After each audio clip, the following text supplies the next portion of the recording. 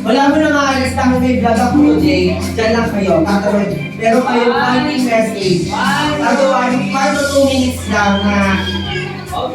Kasi, sa top 5 natin, halos 50% are new faces. Siyempre, paano nila nagawa yan?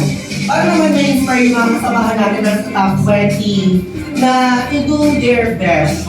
Diba? At makakuha ng mga technique sa ginagawa nilang pagdinegosyo ng pabango. So, starting with, syempre, absinthe.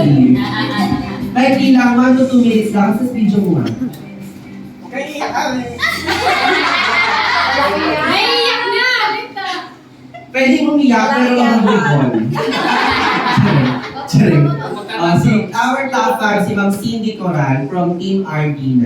Iyak ka na muna. Thank you sa JS for thank you JS for this opportunity. Kasi madami kayong taong natutulungang kumita. Yun ay hope and more power. Thank you so much and tuloy-tuloy lang tayo. Thank you. Cindy. Congrats! Paano mo nagawa yung business?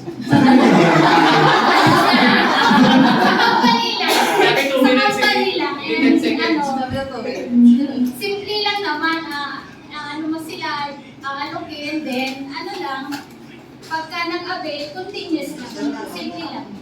Ganun lang. Anumin natin, then pag nag-avail sila, support natin para magtuloy-tuloy yung mga taong nag-avail. So, that is keeping process. Thank you so much, Cindy. At syempre, ang aking si Madam Lady Vida Charikay. Si Madam, ikaw pala yung Ma'am ha? Si Ma'am Flor de Lisa. So, sub-outlet tama yun. Sub-outlet ng Samba. Yes. Masasabi ko lang, nagpapasalamat din ako sa mga downlines ko. Talagang tumulong din sa akin para ma-achieve itong stop number 4. Continuous lang sa magbebenta, huwag magsasawa. Hindi lang masasabi ko. Hanggat maaari kung hirap, siyempre, sa panahon ngayon, taghirap talaga. Pero lahat ng tao talaga may opportunity para umunlad. Basta magsisipag lang ng tiyatsaga. Yun ang sabi ko. Salamat. Thank you, Ma'am. Sabi ni Ma'am, be consistent. Yes! Sipag lang. Diba? Kahit medyo hirap, tuloy lang. Okay, consistency is the key. Siyempre, kailangan sa sulit naman. Tayo dahil. Ito na kayo ng pininiyak kita ng 20 minutes. Para alam mo makikinig na. Sorry, 2 minutes lang here. Okay, paano ka nagpapatuloy at meron pa mga downy na nakasama sa top earner? Siyempre, una kong pinasasalamatan ay ang Panginoon, siyempre. Kung hindi nayo din pinalakas, wala tayong magagawang business na gagawin kasi sa kanya nagagana yung talent natin. Pangalawa, company. Pasalamatan natin na 4 years na siya nakatayo para sa atin. Isipin nyo na yung may bibigay nyo, huwag nyo hanapin yung kung ano ibigay sa inyo eh. Hanapin nyo kung ano ibigay sa company kasi hanggang nakatayo yan, kikita tayo. Ang pangatlo, na pinasalamatan ko ay ang aking grupo na ito yung mission ko sa kanila na minsan hindi nila ako natutulawaan, bakit ko sila minomotivate, sini-inspire, is gusto ko silang kumita. Yan ang main mission ko na kahit yung grupo na, pera ko na yun, kung alam ng grupo yan, nakikinig sila, ako hindi nagsisinungaling na sinishare ko yung kinikita ko para lang sila yung makapagsimula sa ating dalawa. Dapat kung minsan kita mo na yun eh. Minsan, sila pa masugat sisigilin mo. Pero, naniniwala ako na yung ginagawa ko sa kanila ay para sa kanila yon.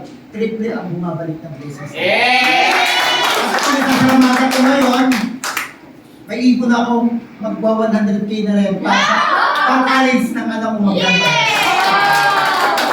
Baka man ganyan lang ating business, maliit at tingin nila, hanggang alam mo yung mission mo na gusto mo makatulong sa kapwa mo at maki-inspire sa mga taong naniniwala sa iyo, meron kang negosyo. Yun ang sa akin ha. At ang isa pa, bakit ko nagawa to? At bakit ako nananatili sa ating business? Hanggat may ilong ang tao, hanggat may gustong bumamo, may racket tayo. Hanggang dito. Maraming salamat sa ating business. Galing! Ano na natutunan ko sa kay Sir Edwin? Having a belief system. Yes! 100% belief system sa business Yes. and sa company. Yun dapat yung meron tayo. And syempre, sa nag-iisa, ang Tinkerbell ng Chilipinas, ang back to none other than Madam Elena Mirandilla. Yan. Thank you so much. Yan, bababago po ang lahat. Great morning po sa lahat ng mga umattend, sa ating management, sa President, Vice President, and kay Ma'am Ellen, sa ating Vice President also. Salamat po sa mga sumusuporta kay JS. Team ko man o hindi, salamat po ng marami kasi nandito po kayo, kaya po nakatayo ang ating company kasi nandito po tayo lahat. No? At tulong-tulong po natin, pinaaangat lalo ang ating company. So, ang ginawa ko po, bakit po ako lagi, hindi man lagi, pero laging hindi nawawala sa top earner. Kasi po, talagang consistent is the key lang po. Talagang tuloy-tuloy lang, yun nga po sabi ng ating president, tuloy-tuloy lang tayo, huwag tayo hihinto. Kasi once na huminto tayo, wala naman mangyayari. Di ba? And ang pangalawa po, yung pagiging supportive. Supportive mo maging pagiging upline, supportive mo maging kaibigan, crossline or downline man or upline mo man, kailangan suportahan. No? Dahil hindi naman tayo makakap, kung tayo lamang mag-isa. No? Kailangan suportahan po tayo dito at yung ginagawa ko sa aking member po ay talagang hanggat kaya ko, ano kaya ko ibinibigay ko po, alam po nila ng aking members. No? At sa lahat po ng mga at yung ginagawa ko rin po ay sa para sa sarili ko, syempre hindi ko nawawala yung syempre hindi ka aasa lang sa iyong member kung bakit magiging top ka. Dahil kailangan meron ka rin sarili mong diskarte. Hindi puro aasa ka sa iyong members. Yun lang po masasabi ko kung paano natin magagawa maging top earner palagi. No, consistent is the key at saka yun, tuloy-tuloy nga. Sabi ko. Ito po, Ma'am Elena, alam mo yung tunan ko sa kanya? GLLA. Good Learning and Listening Attitude. Matuto tayo makinig sa mga downline natin at bigyan sila ng act of service. Yun ang ginagawa. And syempre, mas marami tayong matututunan dito dahil ika nga, siya na ang ating Hall of Famer at wala na tayong top 1. Syempre, ang ating top 1 for the month of October 2024, Upline Excel, buhayin pa sa Parang wala akong sabi eh. Nasabi na nila. Thank you. So, ayan, thank you po sa ating company, thank you po kay Lord. At thank you po sa team ko na masisipag. Dahil kung hindi sa kanila, hindi rin ako umabot sa ganito. So, pinapasalamatan ko talaga yung team ko. Kaya binabalik ko sa kanila kung ano yung kasipagan nila. So,